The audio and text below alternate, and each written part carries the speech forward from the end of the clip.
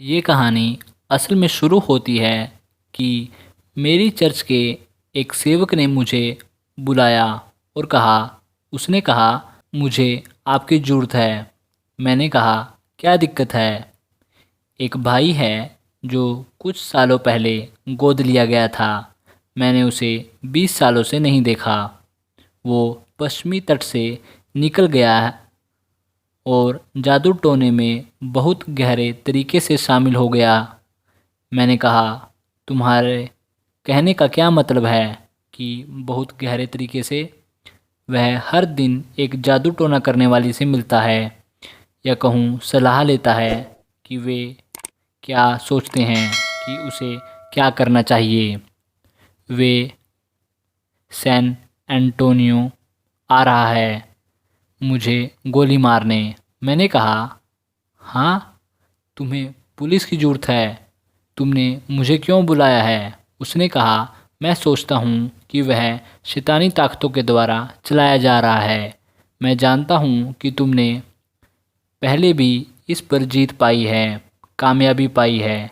मैं चाहता हूँ कि आप हमसे बातें करें। हम उन दोनों को मेरे ऑफिस में लेकर आए।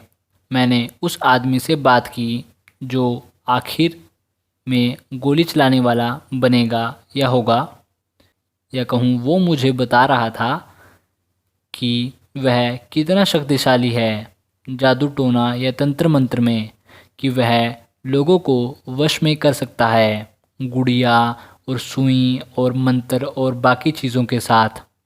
वह लोगों के क्रेडिट कार्ड भी नियंत्रण में कर सकता था और उन्हें पता नहीं चलेगा। तो उसने बात करनी शुरू की कैसे जादू टोना करने वाली उससे सलाह देती है। मैंने कहा जिन जादू टोना करने वालियों या कहूँ जादूगरनी या चुड़ैलों की बात कर रहे हो उनमें कोई ताकत नहीं है। और वो गुस्सा हो गया। मैंने अपनी बाइबल ली और उसे मारी, जैसे छोटा सा या थोड़ा सा थप्पड़ मारते हैं, जैसे बिल्ली को मारते हैं। मैंने बाइबल मारी और उसने ज़ोर से दरवाज़ा खोलकर मारा और मुझे बुरा भला कहते हुए चला गया। मैंने सोचा मैं उसे आखिरी बार देख रहा हूँ। बुधवार की रात को मैं एक प्रचार की सीरीज़ पर प्रचार कर रहा था। मैं मंडली में प्रचार कर रहा था कि कैसे यीशु ने दुष्ट आत्मा को निकाला और कैसे संभालते हैं, क्योंकि यीशु की 25% सेवकाई दुष्ट आत्माओं को निकालने में शामिल है। यीशु ने चेलों को तब तक प्रचार करने नहीं भेजा जब तक उन्हें दुष्ट आत्माओं को निकालने का अधिकार नहीं दिया। बहुत कम प्रचारक ये बात जानते हैं और प्रचार नहीं करना चाहते, क्योंकि चर्च का औसत सदस्य मेंबर इसे स्वीकार नहीं कर सकता या करना चाहते। और शैतान या उसके प्रतिनिधि हर रविवार आपके चर्च जाते हैं।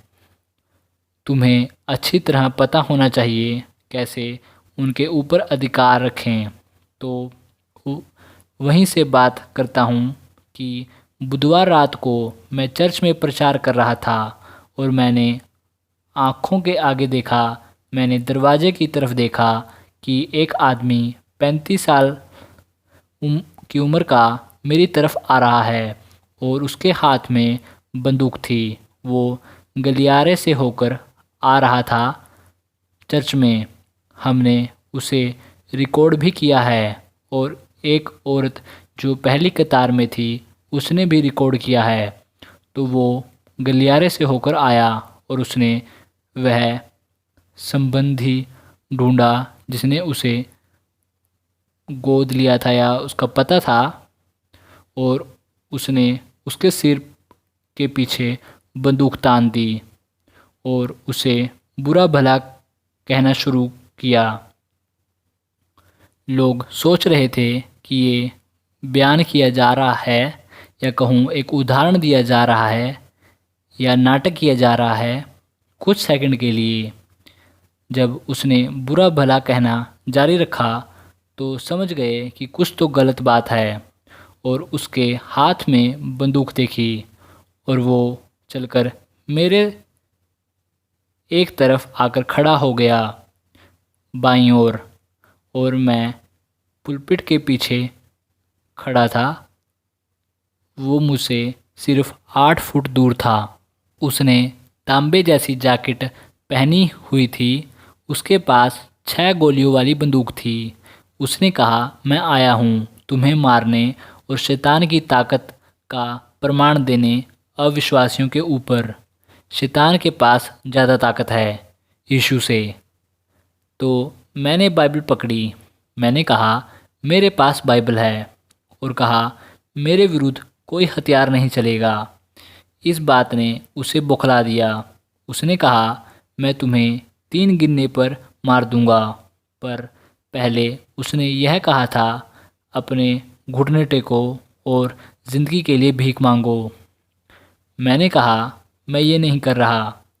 मैंने कहा, मेरे पास हथियार है, ना कि तुम्हारे पास।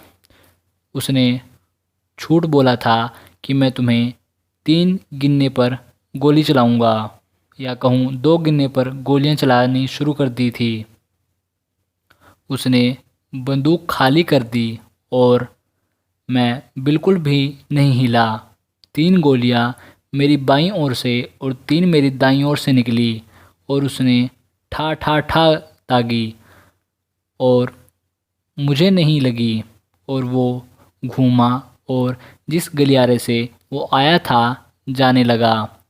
तो मेरी चर्च का एक लड़का जो कॉलेज में एथलीट है, उसने पीछे से आकर ज़ोर से उसके मुंह पर मारा, और उसके हाथ दीवार पर लग गए और बंदूक गिर गई।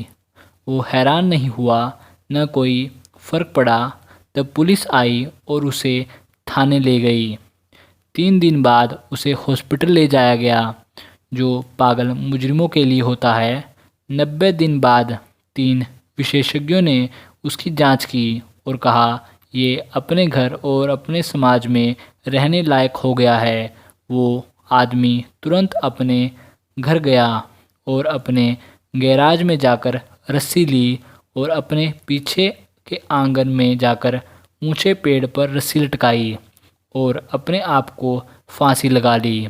तब मैंने सोचना शुरू किया कि वास्तविक में कितनी डार्क साइड है पावर की। मैं कहना चाहता हूँ, नशेड़ी मुझे मार नहीं सकता।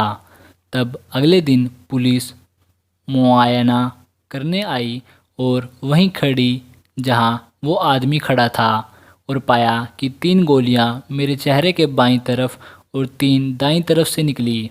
मैं विश्वास करता हूँ कि परमेश्वर के सरदूतों ने मेरी रक्षा की कि 3 गोलियों को उस तरफ किया और 3 को दूसरी तरफ, क्योंकि बाइबल में दाऊद कहता है कि वह मेरे निमित्त आज्ञा देगा कि वे मेरी रक्षा करें।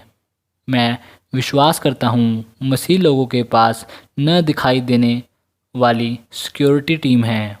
हे दोस्तों, अगर आप चैनल पर नए हैं तो चैनल को सब्सक्राइब कर लीजिए और नोटिफिकेशन बेल यानी घंटी वाले बटन को दबाना मत भूलना, ताकि आपसे कोई भी वीडियो मिस ना हो। मैं इस चैनल पर आपके लिए पोस्टर, प्रॉफिट, पास्टर उन सब की गवाहियाँ और उनके प्रचार लेकर आऊँगा कि परमेश्वर उनसे कौन से काम लिए, उन्होंने ऐसा क्या किया, परमेश्वर की ज़िंदगियों में क्या किया। मैं इस चैनल पर आपके लिए लेकर आऊँगा, चाहे वो पास्टर किसी भी देश से क्यों ना हो। और आखिरी और ज़रूरी बात, इस चैनल को अपने मसीह भाई बहनों और अपने चर्च के लोगों के साथ बांटना मत भूलना, ताकि वे सब मसीह में बढ़ते जाएं और विश्वास में बढ़ते जाएं। तो मिलते हैं दोस्तों अगले हफ्ते। अलविदा।